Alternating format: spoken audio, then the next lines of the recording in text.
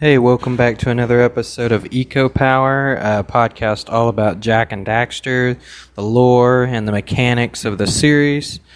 On the last episode, we talked about like Sandover Village and Forbidden Jungle and Sentinel Beach, Misty Island, and all those areas.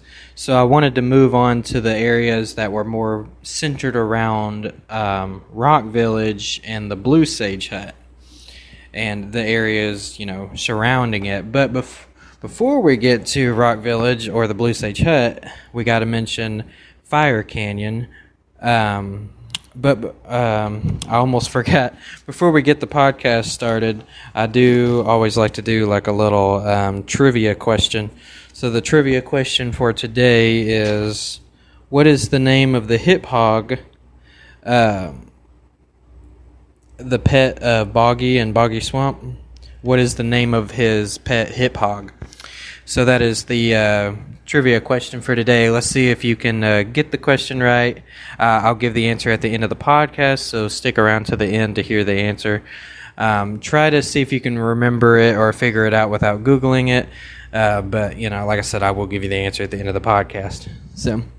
But now that that's out of the way, like I said, let's talk about Fire Canyon. So in Fire Canyon, there are 50 precursor orbs to collect, and there are 2 power cells.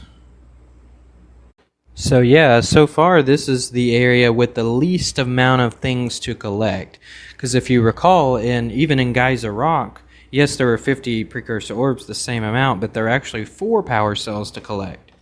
And there's also 7 scout flies, which there's also 7 scout flies on the Fire Canyon, but that's actually one of the precursor or the power cells. Not precursor orbs. Sometimes my brain flips those around. One of the power cells are, like I said, achieved through getting 7 of the scout flies, and then the other one, basically all you got to do is just reach the other end of Fire Canyon. So basically, Fire Canyon gets really hot. The reason why you needed 20 power cells in order to fuel the heat shield is because of the fact that it gets so hot. This is actually probably one of the hardest, in my opinion. I guess everybody depends on your style of gameplay and stuff like that, but in my opinion, this is actually probably one of the hardest parts of the game. Not the hardest part, but one of them. And just in my opinion, like I said, because of the fact that the heat shield just gets hot so quickly in this area. And there are 0 checkpoints in this area. So like if you die, you go all the way back to the start of Fire Canyon. You got to start all over again. And later on, there's going to be another area that's similar to Fire Canyon, but it's much longer. But in my opinion, it's actually easier because for one, there are checkpoints, and your heat shield is much more powerful at that point because you have more power cells to fuel the heat shield. And there are actually some areas where you're kind of off the lava floor and you're kind of propelled up, much higher, so it's a little bit cooler, versus this one you're literally just driving right over the lava. So it's much easier to heat up, and like I said, there's no checkpoints. I would consider it probably one of the hardest parts of the game. It took me a little while to get past this part the first time I played when I was a young teenager. I played this part multiple times before I finally beat it. I was like, geez Louise, man, that took forever.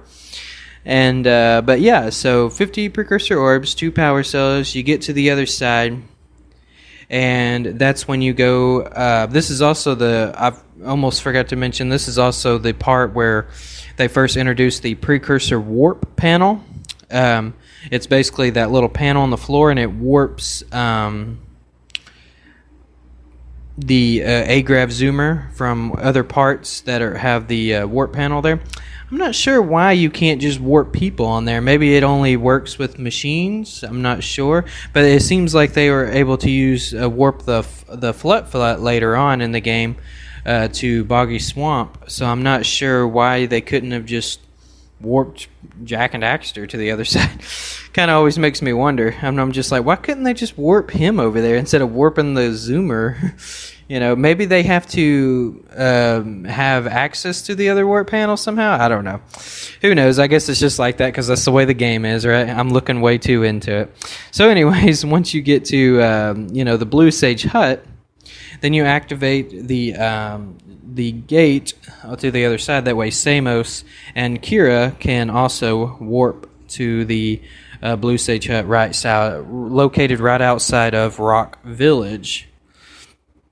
So in Rock Village, there are 50 precursor orbs. There are 6 power cells. This is also a little fun fact. This is also the first place I actually talked to the little oracle thing, and the reason why that is because when I played this game one of the first few times when I was a kid / young teenager, I actually didn't know about how to get to the other oracle that was located just right on the edge there of Sandover Village, which is located over by the farmer's house. I saw it over there, but I had no idea how to get to it. I tried to jump multiple times on those cliffs that get you to it, and I just couldn't jump far enough. And I didn't realize you had to like roll jump, because I didn't know how to do that when I was younger. But yeah, kind of funny that I didn't actually talk to the oracle until I got to Rock Village. So, interesting fact though, the oracle, the voice for the oracle, was actually voiced by one of the developers at Naughty Dog.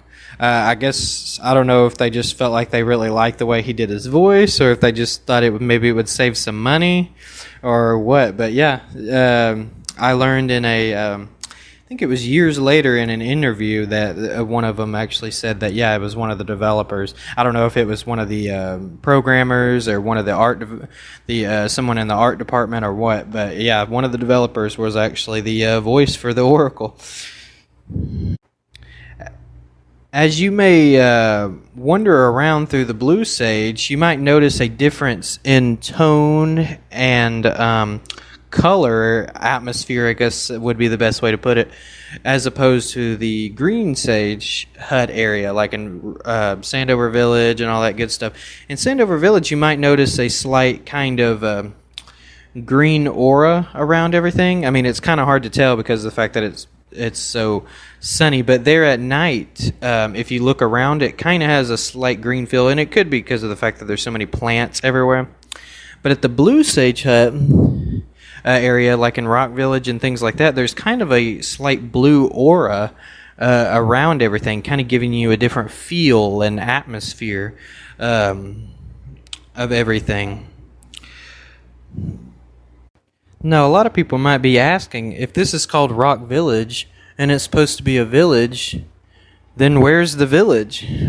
I know I wondered that the first few times I played the game. I was just like, you know, if this is, I'm like, where's the village at? And I'm like, I see some of the villagers, I guess is who they're supposed to be, because it's like you got the geologist and then the gambler and the warrior, you know, that he's crying a lot because he failed against the against Claw, the lurker.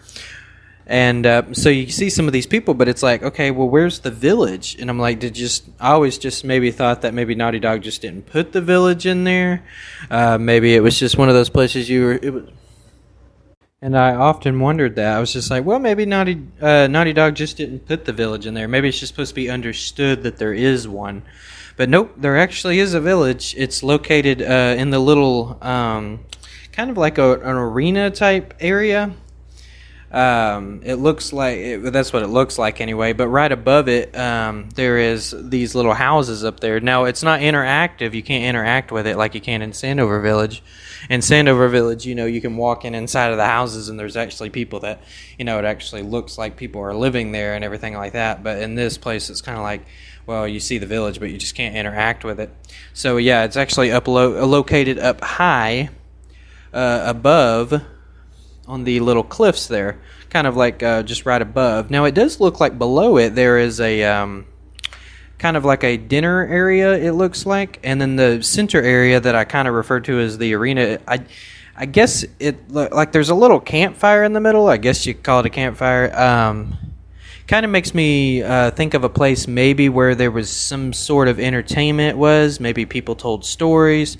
Maybe, you know, because, I mean, I think it seems to insinuate that this world doesn't really have electricity, you know, like there's no televisions or anything like that, or radios or anything like that. It's not like a modern-day society like, you know, Jak 2 has. You know, in Jak 2, there's like it looks more modern, more urban, I guess you could say. But in the first Jak and Daxter game, everything is much more royal, much more, like more old Western type time settings, I guess you could say. And this makes me think of like something that a village that may have existed like in the 1800s. Sometimes you hear stories about like a small village, they all kind of live together as a family, and then they all eat dinner together, and then they maybe that at night they get together and tell stories about stuff to entertain themselves after dinner, and then before it's time for them to kind of get ready to go to bed. And during the day they all just do their work. Like maybe this house in the village does this house in the village does that, yada yada yada. And this village, Rock Village, kind of reminds me of something like that, with the setting that we are presented with. Like I said, you see the village up high, and then right below it seems like there's a type of an area where maybe they would have done some sort of entertainment for each other. Like I said, maybe told stories or whatever like that. And then there seems to be a dinner area where it appears like they all ate together. It didn't seem like there was anything like that with Sandover Village. It all seemed like they were all together as a village, but they all kind of lived their own lives too. Like they all just, I suppose they could have eaten together, I don't know. But there wasn't really any presentation that led the gamer or the player to believe that, as opposed that there was in Rock Village. Now, Rock Village is actually my favorite place in the entire game. I have no idea really. I've never been able to quite put my finger on why that is, but pretty much ever since I played the game from the very first time, when I first arrived in Rock Village, I knew right away that I was in a place that I really, really liked. And over time, I just realized that it's my favorite area. I just love walking around and just looking at Rock Village and exploring it. It's not quite as it's not a huge place to explore, but it is a lot of fun to explore. Like I said, just look around. I remember looking around at all the decorations and stuff. Like I said, at the dinner area, and seeing all the different things and around. And I remember there's a little spot where there's these latches that open up if you are. I cannot seem to speak today. But these little latches that open up if you have blue eco, and it's really hard to do, but yeah, if you collect these little three little blue eco balls, and you roll, jump your way really fast to the spot, you can open this little latch of precursor orbs that are located right behind where the geologist stands there. And it's, like I said, it's not easy to do, but but it can be accomplished. I have done it before, and but it's not easy to do. But like I said, I love Rock Village. I love to explore it. It's a lot of fun.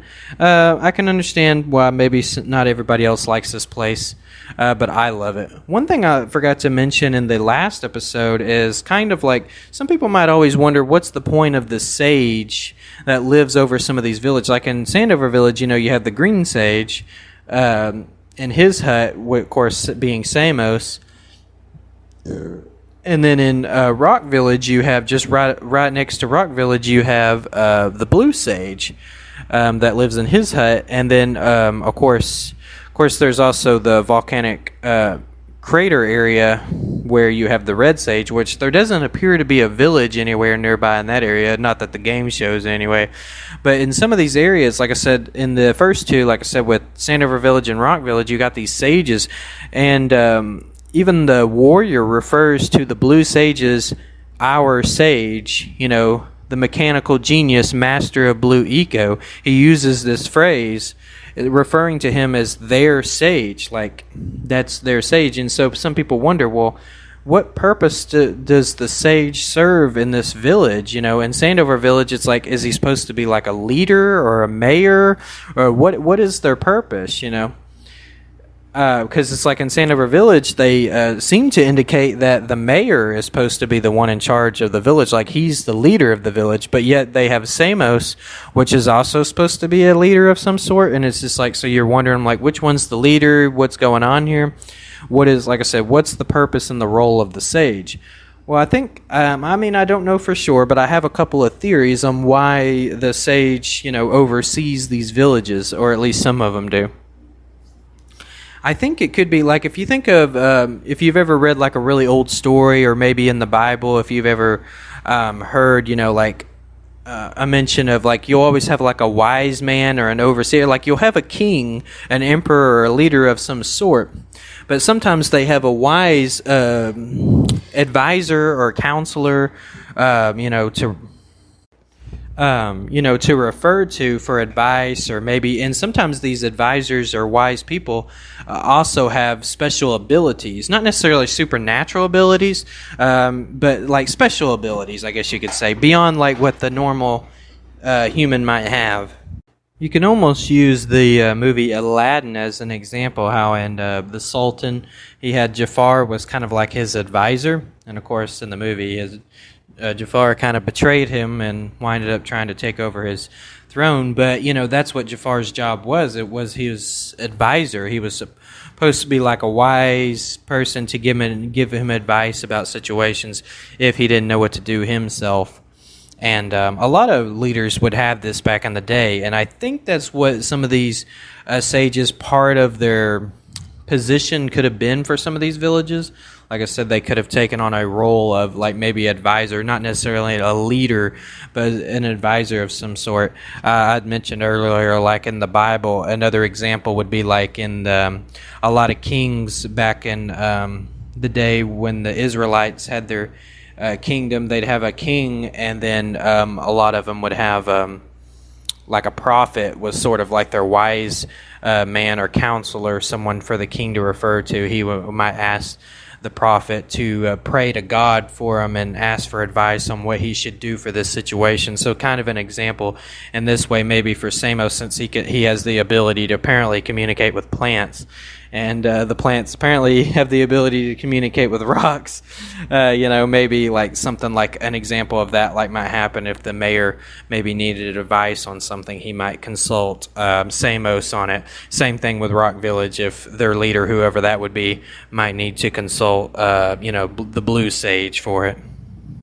So kind of like with Sandover Village, the first place, once you break out of Sandover Village, the first place the game really kind of nudges you to go is really to Sentinel Beach. Obviously, you can go any way you want and do it in any order you want, but that's just the way the game kind of nudges you to go. Well, the same thing with Rock Village. It seems to really want you to go to the Precursor Basin first. Obviously, like I said, you can go anywhere you want, but the Precursor Basin seems to be the first place it kind of wants you to go. So at Precursor Basin, there are 200 orbs, Precursor orbs, and then there's 8 power cells. And the interesting thing about, I said that kind of funny. The interesting thing about Precursor Basin is this is the first level where it's completely played, unless you count, the Fire Canyon, where it's completely played on your Agrav Zoomer. And I really like this level. It's such a contrast to a lot of the parts of the game. Because up until that, Naughty Dog could have easily just used the Agrav Zoomer as just like every time, just kind of being your transport to the next area. They could have easily just stuck with that, like, okay, this is going to be for Fire Canyon, and then you're going to use it for Mountain Pass, and then you're going to use it at the end for Lava Tube, and then that's going to be it. They could have easily just done that, and it would have been fine. It would have worked perfectly fine that way, but it would have made the Agrav Zoomer, I think, just feel like more of a kind of a side tool, and it didn't really feel like it was in great. I'm not really phrasing this well, but it would make it feel like it's not really part of the main story. It's just like it's a side tool just to get you from one point to the other, kind of an A to B type mechanic tool. But they did a really good job. I like the fact that they included this place. Now, I've heard some people say they actually don't like this area, but which surprises me. Like I said, I really enjoy it, but it's I like the fact, like I said, it's such a contrast to every other area in the game. Like I said, you just cruise. It's so much fun to just ride around and cruise around. I do kind of wish it would give you the option, though, to hop on and off your Agrav Zoomer, but other than that, I have no problem with this area, and I think it's a lot of fun to, like I said, just cruise around and collect power cells, collect precursor orbs. You also, some of the missions you got to do, like trace you back to Rock Village and stuff like that. And it's just, like I said, it's so much fun. Some interesting parts about this game is I've noticed when looking at pictures of this area is I was wondering, I'm like, why is it called Precursor Basin? Well, a basin is kind of like a, you can almost think of it as a bowl or a dip, I guess you could say, where often usually has water in it. And or some type of liquid rather. So it kind of makes me wonder if the basin, Precursor Basin, used to be completely covered in water. And that if you notice in the Precursor Basin, there's some high areas and there's some low areas, because there's like the ground area, and then there's some high areas that are cliffs that seem like would have made good bridges of transports to just kind of walk around and walk through. And, just like basically like a trail of some sort that you ride up on high, and you can collect some of the precursor orbs and power cells are also located up there. It's also some of the areas when you go through those little precursor rings. And I looked at some more pictures of this, like I said, of this basin, and it looks like there's another temple there, another precursor temple that also was located similar to the one. It looks a lot like the one that's located in the Forbidden Jungle. So it makes me wonder if this was another base of some sort or a home of some sort for the precursors that they lived in, and that this place used to be almost completely immersed in water except for the high areas, and they just traveled around like that. And like I said, and that might explain why the temple is so high up, levitated so high, because of the fact that it was covered in water. And so it makes me wonder if this area was covered in water. Was Rock Village also covered in water? I guess it's possible. Maybe that explains why the village is so high. Kind of an interesting theory. Like I said, I don't know. It's just me theorizing. But yeah, so I just thought that was really interesting. But yeah, so the next place, this is kind of where the game kind of goes a little crossroads on what area you could go to. You could either go to Boggy Swamp, because all you got to do is get 90 precursor orbs, and then go talk to the warrior, and he'll line up the little bridge there for you, and then you can just walk right over to Boggy Swamp. So the game seems to point you in either direction. You could either go to Boggy Swamp or Lost Precursor City. It doesn't seem to really prefer you to pick one over the other, really. So you could do one or the other. I tend to do Lost Precursor City, which is the name of the place where you go kind of underwater. Now, I know I mentioned that Rock Village is my favorite place in the game, but when I say favorite area or favorite place, I meant like favorite hub world, because there's like, each place has like a hub world, and then it has like level-y type areas that it branches off to. So Rock Village is like my favorite hub world, but Lost Precursor City is like my favorite level area, I guess you could call it. So this part might take a little while, because I'm going to really break everything down, because like I said, I really love this area. It's definitely my favorite area in the game. I love the look. First of all, I love the look of it. I love, like I said, how much blue and light. It's like it's dark, but there's also so much lighting all around, all these glow lights and stuff, and it's so cool. I also love the way it feels like you're working your way further and further down a tunnel. And I find it kind of funny that it's called Lost Precursor City, because it's like it feels like a place you could just completely get yourself lost in if you were to actually literally explore that place like in real life. It feels like almost like a underwater cave, if you will, mechanical type cave. That, like I said, you just work your way down. So in this place, there are 200 precursor orbs. There are 8 power cells. It's a pretty challenging area, but it's also extremely fun, in my opinion. Like I said, I've heard a little mix of opinions on this place. I've heard some people say they love this area, and I've heard some people say they don't really care for this area, and I've heard some people say it's just okay. So it seems to be kind of a little bit of a mix. I'd love to sometime maybe do a poll on this topic, and maybe see what people in general, a lot of Jak and Daxter fans in general, think about this area.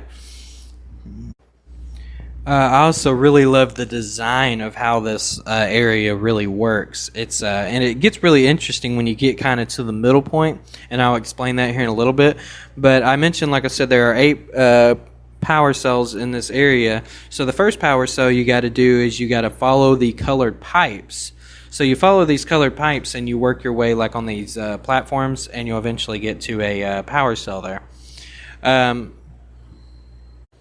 The second power cell you got to get is you got to just reach the center of the complex, which is your, I believe, is your second huge area, because there's like multiple areas you work your way through. There's the first room, which is kind of a small room, and then there's another small room that leads you there, and then you'll get to your third area or second area, and it's a huge room.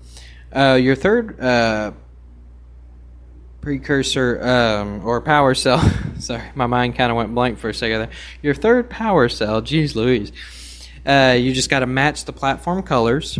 I think a lot of people are familiar with this game. It's pretty easy to do, really, once you learn the tricks to it. You just got to, like I said, light them all up to get to the door there, and as soon as you do, it will you'll be able to access the power cell. The fourth one, you got to cross the pool, because there's this pool that will electrocute you when it turns green. So anytime it's blue, you need to get out of the pool there. And there's also these little swirls that swirl you around. Sometimes they swirl you forward, and sometimes they'll swirl you backwards and kind of keep you from trying to get to the other side. And then the fifth one is kind of interesting. This is what I was talking about, kind of like the middle point of the area. You got to raise the chamber. So when you raise the chamber, basically what you got to do is you got to turn on and access all these blue, like kind of ball things that spin around. When you touch it with blue while harnessing blue eco, they start to kind of grab the electricity of the blue eco, and they start to bounce around. But you got to be able to do it all in one charge. So you need one charge of full charge of blue eco, and then you got to charge all of these little blue balls up. And then if you do that, the door will open up, but there's not a power cell in the door. You got to go inside the door, and then you push the button, and it raises the chamber all the way up to the surface of the water, and on top of it, there's a power cell. So you get out of the chamber, and then you got to walk up the cliff and then grab the power cell. This is very interesting because this is actually only kind of like the midpoint of the area, and it feels like it should be kind of the end, because of the fact that you're raising yourself back out of the place. But the reason why it's kind of very creatively designed on Naughty Dog's part, because of the fact that it kind of gives you an option here, that gives the player the option to where they could stop at this point. This could be a great stopping point. Or if you want to travel down further inside the Lost Precursor City, you can. There's still more to explore. So you can go back, you can go inside the chamber and work your way back down, or you could take the long way, and if there's still some power cells or precursor orbs you missed at the beginning part of the level, you can go back through the beginning part of the area. And or, like I said, if you got all those or you don't care about collecting those, you can take the chamber back down and go back to the midpoint of the level and reach all the way to the bottom. So the sixth power cell, once you reach all the way to the bottom, and then the seventh power cell, you got to climb the side tube. There's like this, it's kind of hard to explain without seeing it, but yeah, there's like this tube thing. If you climb it, then you'll get a power cell. And then, of course, the eighth one would be the 7 scout flies, once you collect all the 7 scout flies in this area. This is also the only area where the scout flies are collected in a very unique way. Some of them are. Now, some of them are still in the red boxes, but some of them are actually collected through these channel things, like where they're warped. They're kind of sucked through like this vacuum. When you push the button, it'll suck it through a vacuum, and then you have so much time to run to the other side and collect the scout fly. And some power cells are also achieved this way too. But you collect the scout fly through some of them this way, and this is the only area in the game that scout flies are actually collected this way. Every other part of the game, they're always collected through red boxes. I almost kind of wish that Naughty Dog would have done this with some other places as well. I really like the fact that they did that. I understand they kind of wanted to keep the themes very similar to maybe not confuse the player too much, but once you get so much further in the game, I think it's okay to to play around with some themes a little bit. And like I said, this is the only place where they really do that with some of the items, like I said, with the scout flies. and I really liked it. I like the fact that there's a little bit of contrast there. So all the 7 scout flies are collected. The first one is collected in the first room with the lurker with the backpack. There's a double lurker, and he kind of wears the smaller lurker on top of him, sort of like a backpack. And so the first scout fly is in that room. There's kind of a false floor there. It's raining outside. I don't know if you can hear the rain, but if you hear that background noise, it's because it's raining outside while I'm trying to record this podcast. But so just letting you know. But yeah, there's a little false drop there, and there's a scout fly down there. The second one is located in the first room with the rotating disc. When you jump on one of them rotates around that disc until you jump on the second one, which relocates the next one. And the third one is located in the second room, the big room. If you follow the green pipe with the rotator disc, then you'll get to that's the pipe I was talking about, like I said, where it's instead of being in a red box, you push it and it sucks it up the pipe, kind of like a vacuum, and you use the rotator disc to get to the scout fly. The fourth one is also located in the big room. You got to follow the blue pipe, which is also, like I said, works kind of like a vacuum. The fifth one is on the opposite side of the button for the colorful pipes. I'm not sure what part that is, so I'm trying to think. Oh, I think I know where that is. I think it's up on that small little ledge inside the big room. Like I said, it'd be a little easier to explain it if I actually saw a picture of it right in front of me. But I think there's like a little ledge on the opposite side of the other side of the room, and if you jump up there, I think there's a little red box with a scout fly in it up there. The sixth one is next to the power cell at the end of the red pipe, and then the seventh one is 2 geysers all the way up. The precursors start moving. 2 geysers. What part is this? I'm not sure what... I wrote it down in my notes, but I'm not sure where that's located. I'm trying to think. I think the 7th one is located after that part in the pool that I talked about earlier, where you rotate around. I think on the other side there should be a scout fly located on the other side of that, if my memory serves me correctly there. So this area is kind of interesting. Some of the lore of this area could be explored too. I always wondered, why is it called the Lost Precursor City? So if it's a precursor city, evidently the precursors lived in it. So why were the precursors living underground? Well, I have a theory behind that, but I can't obviously quite prove this. But once upon a time, I sound like I'm reading a story. Once upon a time, there was 3 bears and Goldilocks. No, okay. No, I think at one point in time, in Jak 2 and 3, they explain this a little bit more deeply. I'll try to briefly go over this, and I'll explain it more in details in a later podcast, like I said, when we get to Jak 2 and 3. But I'll briefly go over it. But the precursors, some of the precursors turned, dabbled in dark eco, and they turned into the Dark Makers.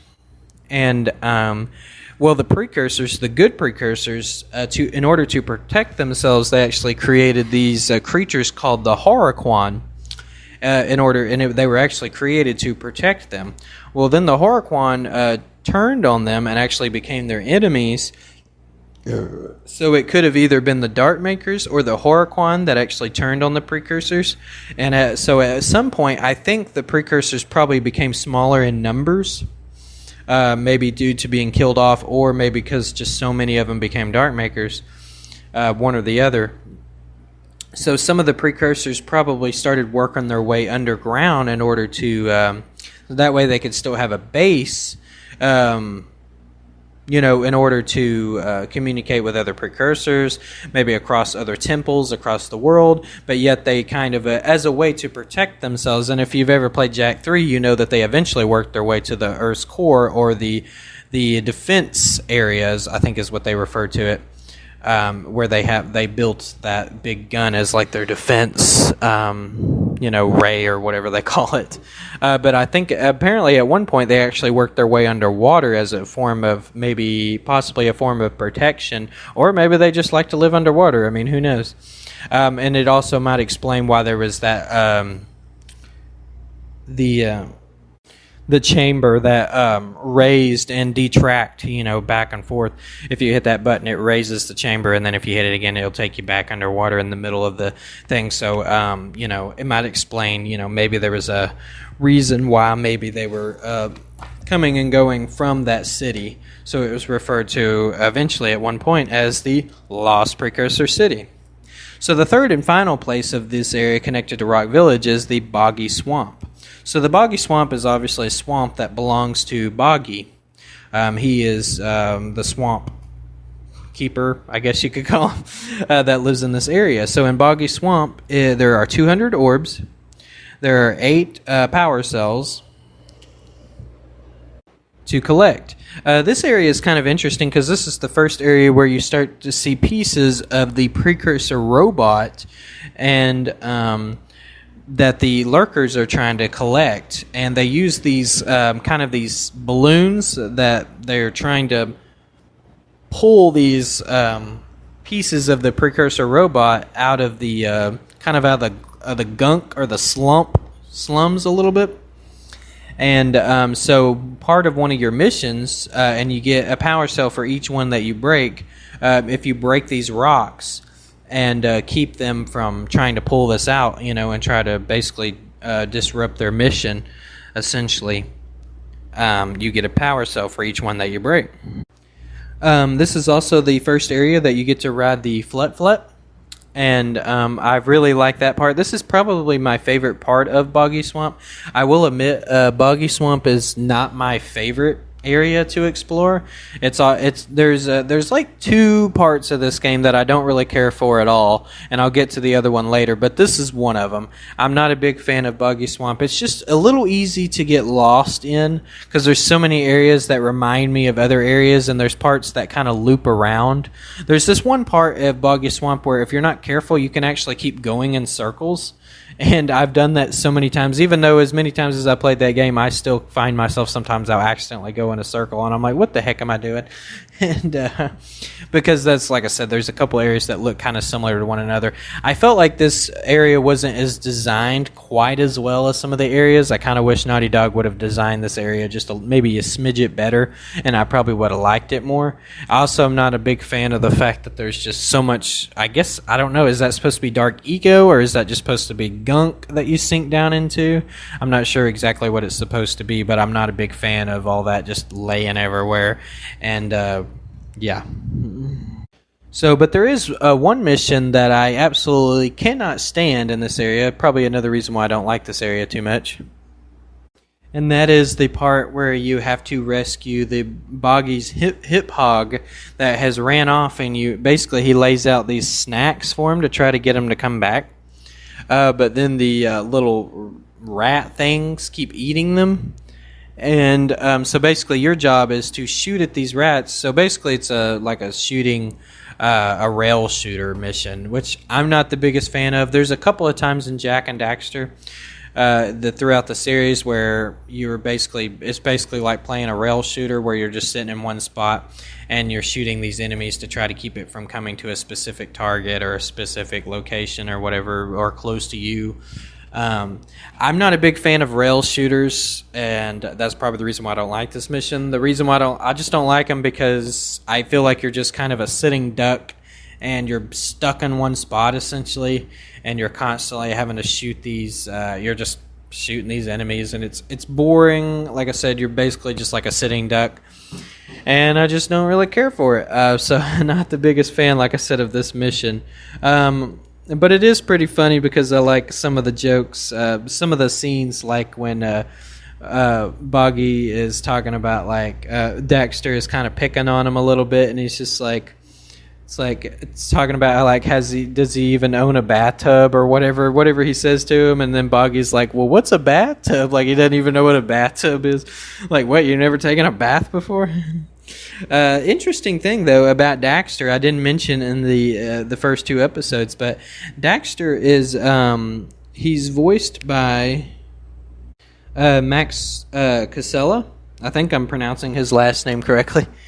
How he actually got this job as the voice of Daxter is also kind of an interesting backstory as well. I think I'm going to butcher this guy's last name, but one of the people that worked for Naughty Dog, or at least he did at this time, I'm not sure if he's still there or not. Before he came to Naughty Dog, he actually used to work for Disney as one of the animators in Disney. Later on, he became an animator on the Naughty Dog at Naughty Dog. But while he was working at Disney, he worked on a movie called Dinosaur. And Max Casella was actually one of the voices for a character named Zinni in the movie. And so he actually got to know Max Casella. And so while they were working on Jak and Daxter after he got the job over at Naughty Dog, he actually was the person that said, hey, I know someone that would be a perfect voice for this character for Daxter. It's like, we should get Max Casella for it. I was like, I think his voice would sound really good for this character. And they were like, the other members were like, all right, well, we could try him out. And that's how he got the job. So kind of interesting little fact there. Like I said, I meant to mention that in the first couple episodes, and I just forgot. But that's basically all the areas of the Blue Sage Hut. Like I said, there's the Blue Sage Hut and all the areas connecting it, Rock Village. Like I said, there's not really, this one's I like this area so much because of the fact that even though I'm not the biggest fan of Boggy Swamp, I just love like I said, the hub world so much. I love the Precursor Basin. It's so much fun to get to ride around on your Zoomer. Like I said, the only thing that make it just a little bit better is if you could hop on and off your Zoomer throughout the level. That would make it just a little bit better if they could allowed you to do that. But I can understand, when you're pressed for time, they had so much time to finish this game. And the Lost Precursor City, man, oh man, do I love that level. I could play that level so many times and still not get bored with it. I just love playing in the Lost Precursor City. It's so much fun. But yeah, that's pretty much all I got to say. So let's get to the trivia question. The question was, name the hip hog. He's the pet Boggy. So the Boggy's pet hip hog. What is his name? Does anyone know? Well, his name is Farthy. It's Farthy, Farthy. So, yeah, that's the name. So, did you know the name, or did you have to look it up? So, just let me know, let me know in the, after you get done listening to the podcast. So, at the end of the podcast, I always like to give kind of a shout-out to someone, Jak and Daxter related to some kind of something. The first two episodes, I gave a shout out to another podcast, Jak and Daxter podcast, by the name of Jaked, Jakd. But this one, I want to give a shout out to a fan club. It's the official Jak and Daxter fan club on Facebook. So if you have a Facebook and you like to join fan clubs on there, I would really highly suggest you join the Jak and Daxter fan club. They are a lot of fun to get to talk to some of these people. You can tell these people are big fans of the series. These are mostly people that grew up playing the games when they were kids and stuff like that. And like I said, you can tell they definitely have a love for the series. There's always somebody posting something on there, even if they're just posting like something that they're doing on there, or maybe they're posting pictures of like their collection, or maybe they're making a joke or a meme or something. There's always something Jak and Daxter related to read about or see on there. And so, like I said, I definitely recommend it if you have a Facebook. But yeah, I think that's it for this podcast. Hopefully you're enjoying it. I'm trying, like I said, to work my way through the Jak and Daxter game. I'm really looking forward to getting to like Jak 2 and Jak 3, especially when I start talking about the story and stuff. But like I said, I wanted to go in order and talk about Jak and Daxter as well. But it shouldn't take me too much longer to get done with Jak and Daxter, because the next episode we're going to be talking about the volcanic crater area, which is when kind of getting closer to the end part of the game. So this is kind of the sort of like the second part / almost the middle part of the game, I guess you could say, once you get done with this area and you fight Claw.